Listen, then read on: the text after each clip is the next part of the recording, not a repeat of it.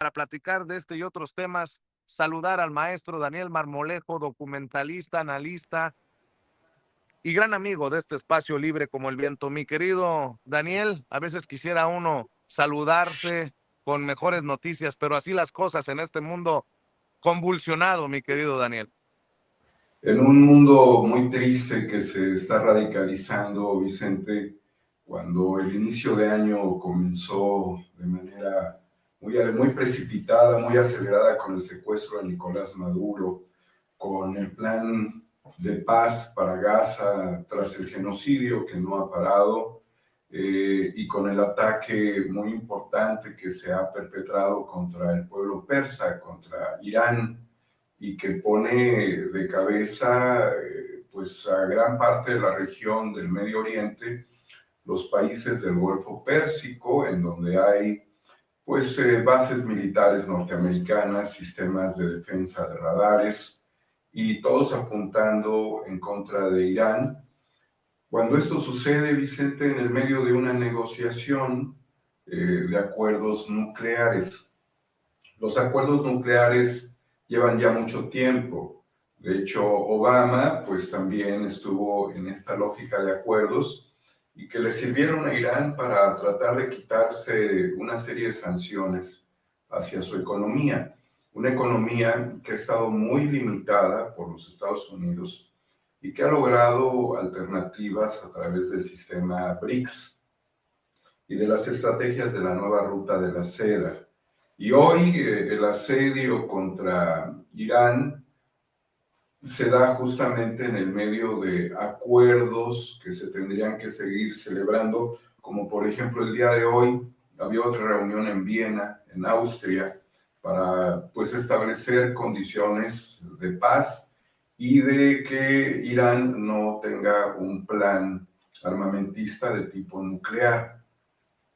Pero si esto sucede en el medio de una negociación, estaríamos hablando de que el gobierno de Trump traiciona negociaciones internacionales. Y es un asunto muy crítico porque regularmente la condición de los estados nacionales en medidas, en momentos importantes como son tratados o acuerdos estratégicos binacionales, en este caso con intermediarios, pues significa una ruptura del derecho internacional y de las lógicas de los países por las vías diplomáticas para la resolución de conflictos. Así es. Oye, Bueno, Daniel, nada más quiero advertirte, se escucha un tanto hueco el audio, no sé si se haya desconectado tu micrófono, querido hermano. Eh, probablemente, y, déjame ver y si le ofrezco por una aquí, disculpa a la gente que nos está viendo y escuchando, a ver si podemos a ver, corregir. por aquí estará mejor. Es que tenemos Eh, como tu audio ambiente con el eco Ok. Entonces de, voy a reducir el audio ambiente. Dime si ahí estamos mejor. a ver, tú me dices, Tú perdón por me dices. haberte interrumpido. No, no estoy de acuerdo, qué bueno, porque he venido siendo saboteado permanentemente, tú lo sabes, Vicente. No sé si ahí estemos un poquito mejor. Tuve problemas el fin de semana con mi transmisión también, pero puedo implementar una estrategia de un segundo, si me permites. Claro que sí, vamos a darle la flexibilidad al maestro Daniel Marmolejo de que nos ayude a solucionar o a corregir, si se puede, el audio de su transmisión para que usted que está viendo y escuchando el programa, para usted que está viendo y escuchando su análisis, pueda hacerlo correctamente. No sé si es cuestión. A ver, Vicente, por ahí creo que pudiera estar un Ándale, poco mejor. ándale, mi Muchísimas querido gracias, Daniel. Vicente. Gracias. Pues sí, buscando vías alternativas y con una disculpa a la audiencia, padecemos muchos bloqueos, Vicente, ya es una lógica sobre la cual queremos sobrevivir. Pero bueno, decíamos de la importancia que tenían los acuerdos de Viena que se celebrarían el día de hoy y la realidad que se presenta en el escenario debido a que pues se atacó antes de que se concluyeran o se tuvieran resoluciones específicamente al respecto sobre estos acuerdos, pero ya había sucedido, al menos con Irán, en los últimos años, en los últimos 6 años, en 3 ocasiones.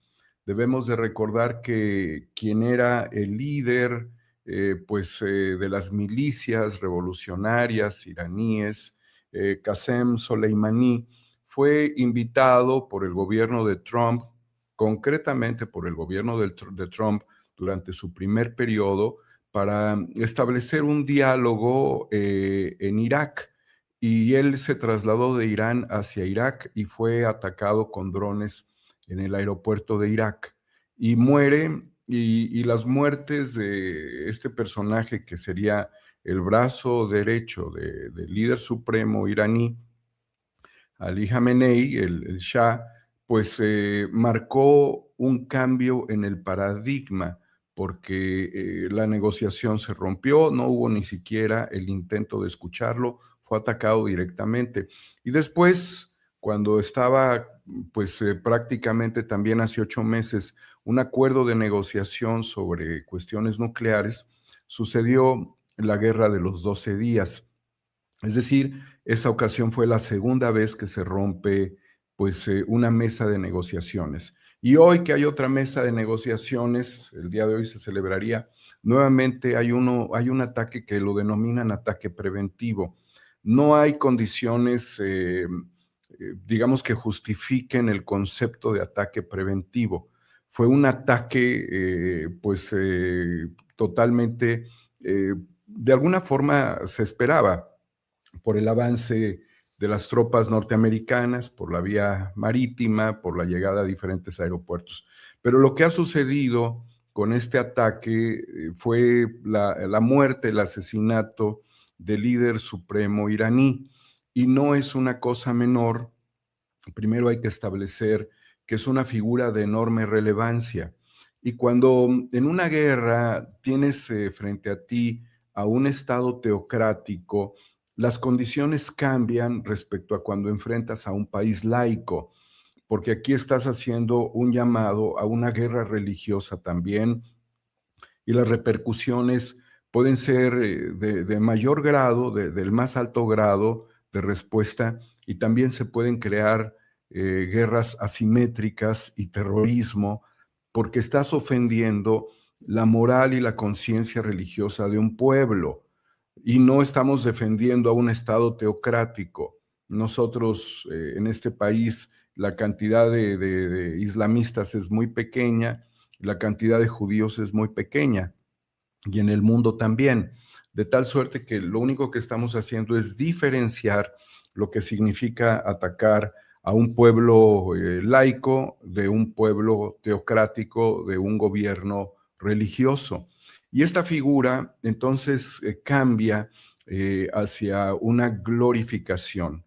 Significa que se volvió un mártir, y en esta condición el mártir no es un personaje menor, es un personaje máximo dentro de la representación simbólica de un país teocrático. Y también se dio el asesinato de infantes, en este caso de niñas, dentro de un ataque a una escuela en Minaf, donde murieron 180 personas y centenares de ellos son niñas de una educación básica. Entonces, tocar a la población infantil lo pudiéramos nosotros llamar un infanticidio, porque esta situación que ha tratado de tergiversar la prensa occidental, diciendo que no fue en Irán, cuando pues ya está totalmente comprobado, demuestra algo que es fundamental, que a Estados Unidos no le importa la población civil, que a Israel y a Estados Unidos no les importa la población Bueno, infantil. bueno, lo Sí. que dice Netanyahu es de dar risa, ¿no? ¿Ven la diferencia en la zona afectada, obviamente en Israel? Los tiranos de Teherán atacan a los civiles, nosotros atacamos a los tiranos de Teherán para proteger a los civiles. Pues creo que no se protegió muy bien, que digamos, a las niñas de una escuela, No nada más para que corresponde. quede. Sí, Vicente, y es la misma práctica de lo que tú mencionabas hace un momento, de cuántos niños de origen hispano han sido detenidos por ICE en Estados Unidos. Entonces es una lógica supremacista, es una lógica donde se aplica la fuerza paramilitar, militar contra la infancia.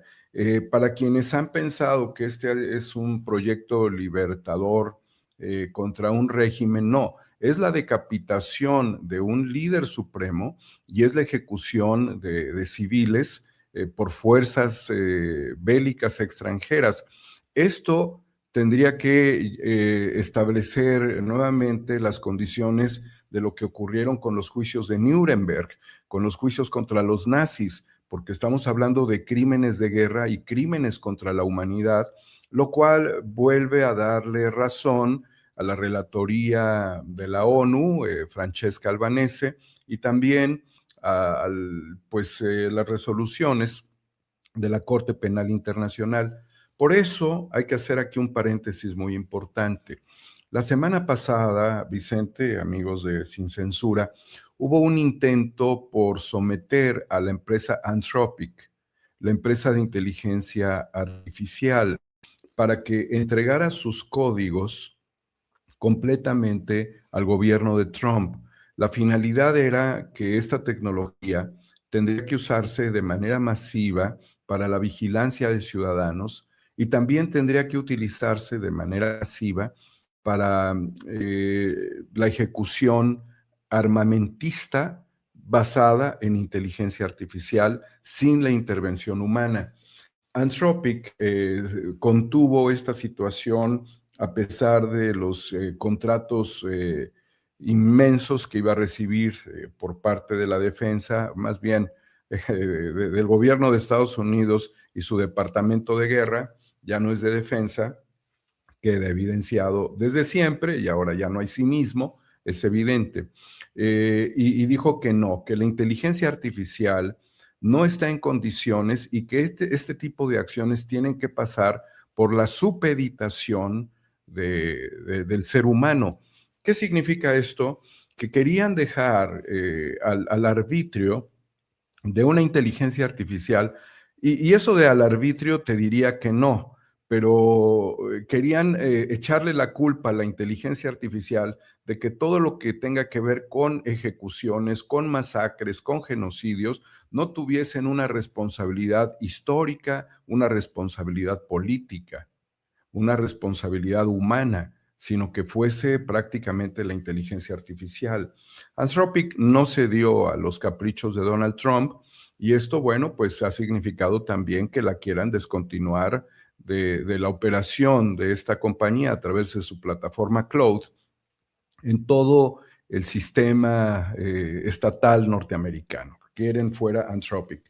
Pero esto nos lleva muy claramente al interés que tiene Estados Unidos e Israel de que la guerra se aplique bajo sus propias reglas, condicionamientos y además deshacerse de la responsabilidad moral histórica de ejecuciones masivas. Por eso el asesinato de estas niñas tiene una responsabilidad política, tiene una responsabilidad jurídica, tiene una responsabilidad histórica que recae en estos gobiernos.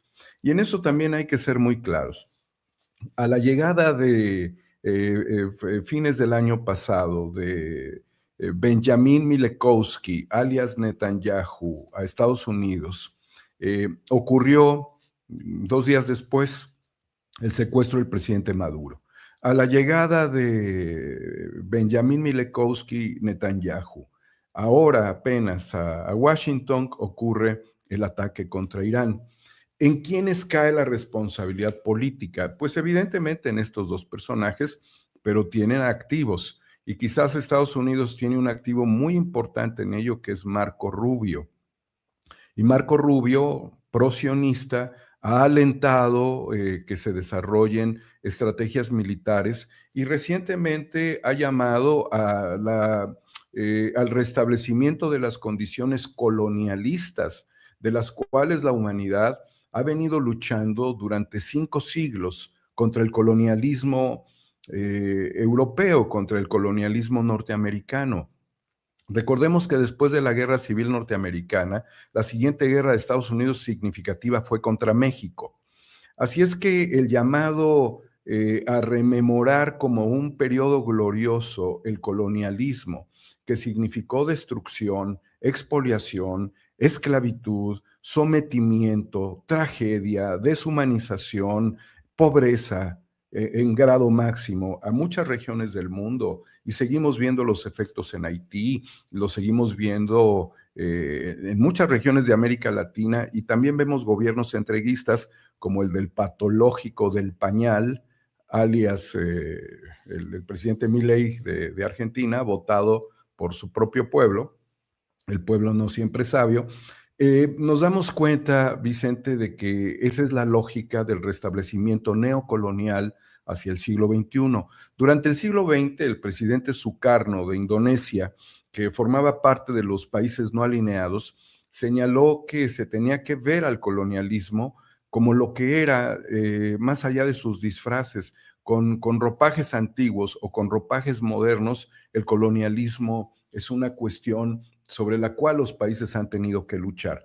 Entonces, estas decapitaciones, estos secuestros de presidentes, esta expoliación de los recursos energéticos, la carta que México firmó de un acuerdo de entendimiento con Estados Unidos por el tema del litio, son asuntos muy críticos. Y bueno, yo al referirme en el caso de Marco Rubio, es que si la operación militar estadounidense tiene fallas, tiene problemas, porque hay que señalar pues que ha habido un ataque a una planta desalinizadora pues en Israel, que también está Qatar suspendiendo la producción de gas natural después de que se dio un ataque contra la refinería más importante de Arabia Saudita. Señalar también que hubo ataques contra instalaciones nucleares en Irán, y que estas corresponderían, lo voy a poner entre comillas, pero a un proyecto de paz.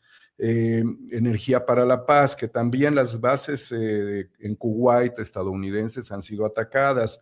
En Bahrein también tenemos un ataque tremendo perpetrado por Irán. Entonces se suman 3 petroleros, tanto norteamericanos como británicos, que han sido atacados y que estarían prácticamente en condición de hundimiento justamente en el estrecho de Hormuz, que es una distancia muy corta de punta a punta, controlado por Irán, donde pasa el 20% del petróleo del mundo, y principalmente viaja esto hacia China. La configuración energética del mundo se vuelve compleja. ¿Por qué? Por muchos aspectos. Porque en la Guerra de los 12 días hubo una pérdida de la energía de guerra necesaria para continuar por más tiempo la guerra. Es decir, que la estrategia sionista, la estrategia de Netanyahu no funcionó. Por eso fue necesaria la retirada de Estados Unidos y la declaratoria del fin de la guerra. Pero realmente estamos hablando de un problema sistémico energético en el caso de Israel, y que ya lo veía además que su cortina de hierro no funcionó como ellos siempre lo proclamaron. Por el otro lado, el que no existan condiciones energéticas para el mundo, más que por la vía de Venezuela, porque si estás bombardeando Arabia Saudita, estás cortando gran parte del flujo. Al frenar la producción en Qatar de gas licuado, estás frenando también los envíos a Europa. Kuwait y Francia tienen un acuerdo de 60 años que también está en riesgo en este momento. ¿Y esto por qué se da? Porque en muchos de los países que rodean el Golfo Pérsico y que se han puesto como aliados de Estados Unidos, están siendo atacadas instalaciones estratégicas energéticas junto con el cierre del estrecho de Hormuz. Entonces, si no pensaban que Irán iba a dar una respuesta sistemática y acelerada a los puntos clave, tanto energéticos como militares, pues veían mal el escenario, no lo comprendieron del todo, y así se dio. Se habla incluso de cierto tipo de misiles de racimo que limita los sistemas de intercepción norteamericanos, y bueno, ya sabemos que hay un incremento del precio del petróleo que pudiese seguir creciendo en las próximas semanas. Ya sabemos que el principal afectado va a ser Europa y China también, que recibe petróleo de Irán. Ya sabemos que la situación es muy crítica para las instalaciones estratégicas, energéticas y militares en el mundo. Entonces, confirmar, Vicente, hay que confirmar lo que aquí comenté yo hace algunas semanas, de que estamos en la Tercera Guerra Mundial, porque las afectaciones a Europa, las afectaciones a Asia, las afectaciones a Estados Unidos también se ven con el ataque perpetrado apenas en la ciudad de Austin, Texas, contra civiles. Entonces, las asimetrías nos llevan finalmente a un escenario que es muy crítico, que es el Mundial de Fútbol. Y en esta lógica de lo que nos vamos a enfrentar nosotros en un Mundial de Fútbol, es una situación indeseable. La FIFA le entrega un premio de la paz, un premio patito, se lo entrega al presidente Trump. Nosotros vamos a celebrar un mundial descafeinado, porque no es un mundial mexicano, es un mundial medio gringo, medio canadiense y medio mexicano, en el medio de conflictos geopolíticos, geoestratégicos y también trilaterales, como es la negociación del Tratado de Libre Comercio, que Donald Trump desprecia. No sé cómo va a despreciar si se va a ir a una implosión sin aliados, porque Estados Unidos sin aliados regionales se va a una implosión. Y hoy estamos viendo pues un acelerado ascenso de los opositores, incluso republicanos, contra Trump, y están los archivos Epstein de por medio. En el medio de todo esto estamos hablando de que el ataque contra Irán, el problema interno de Estados Unidos, la relación patológica, porque todo el que ame la guerra y el que en este momento aplauda las acciones de un lado o del otro es patológico, punto y aparte. Entonces, esto se debe fundamentalmente al consenso Epstein, que fue desarrollado por la estrategia sionista de Netanyahu para tener el control de los líderes occidentales. Vicente, va a ser muy difícil celebrar un mundial de fútbol, va a ser muy difícil para la seguridad pública, porque también lo estamos viendo en Jalisco, la Ciudad de México también es sede mundialista, entonces no es para nada un panorama favorable para el mundo, porque estamos en la Tercera Guerra Mundial. Y bueno, el panorama complicado, y vamos literalmente saliendo de una pandemia para ahora entrar a un conflicto de grandes magnitudes, todo parece indicar.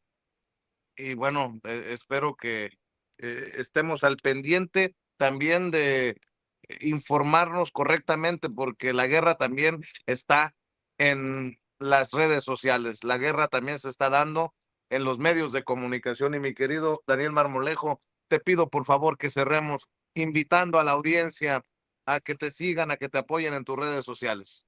Gracias, querido Vicente. 4A República en YouTube, Homo Ex Novo en Facebook, y estar muy atentos porque independientemente de las filias y de las fobias, quienes pagan las consecuencias de la guerra es la población. Hasta donde se sabe, o sea, ha circulado en el medio de la guerra informativa y de las redes sociales, Netanyahu no estaría específicamente en Israel. Eso es muy probable. De hecho, su familia vive en Estados Unidos. Mileikovsky no estaría en Israel. No lo sabemos, es probable que no. El ayatollah muere en Irán, ¿sí? Y si acaso reconocer algo finalmente, Vicente, para cerrar esta oportunidad de dialogar contigo. Los pueblos tienen herencias culturales. Irán es un lugar que forma parte de una tradición cultural histórica milenaria que viene desde mucho antes del islamismo, desde mucho antes del zoroastrismo, que fue la primera religión monoteísta, que incluso tenía un plan para la población persa. Es una cultura histórica fundamental.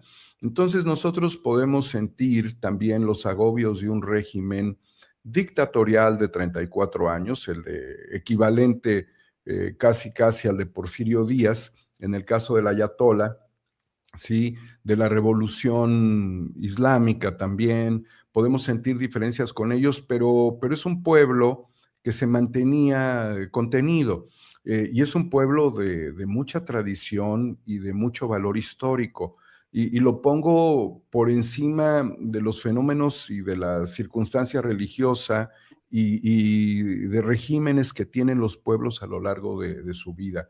Hay que tener siempre un respeto por las culturas antiguas. Y en el caso de nosotros, de México, que se nos ha ninguneado, que se nos ha expuesto por el crimen organizado, se ha hecho también un rescate de los valores ancestrales que al menos en el continente deben de llevar más de 20,000 años y que significaron muchos procesos prehistóricos, históricos, muy complejos, donde la visión occidental que nosotros tenemos es por mero accidente de desembarque europeo, porque nosotros sí teníamos también un proceso histórico, pero hoy somos la suma de ambas cosas.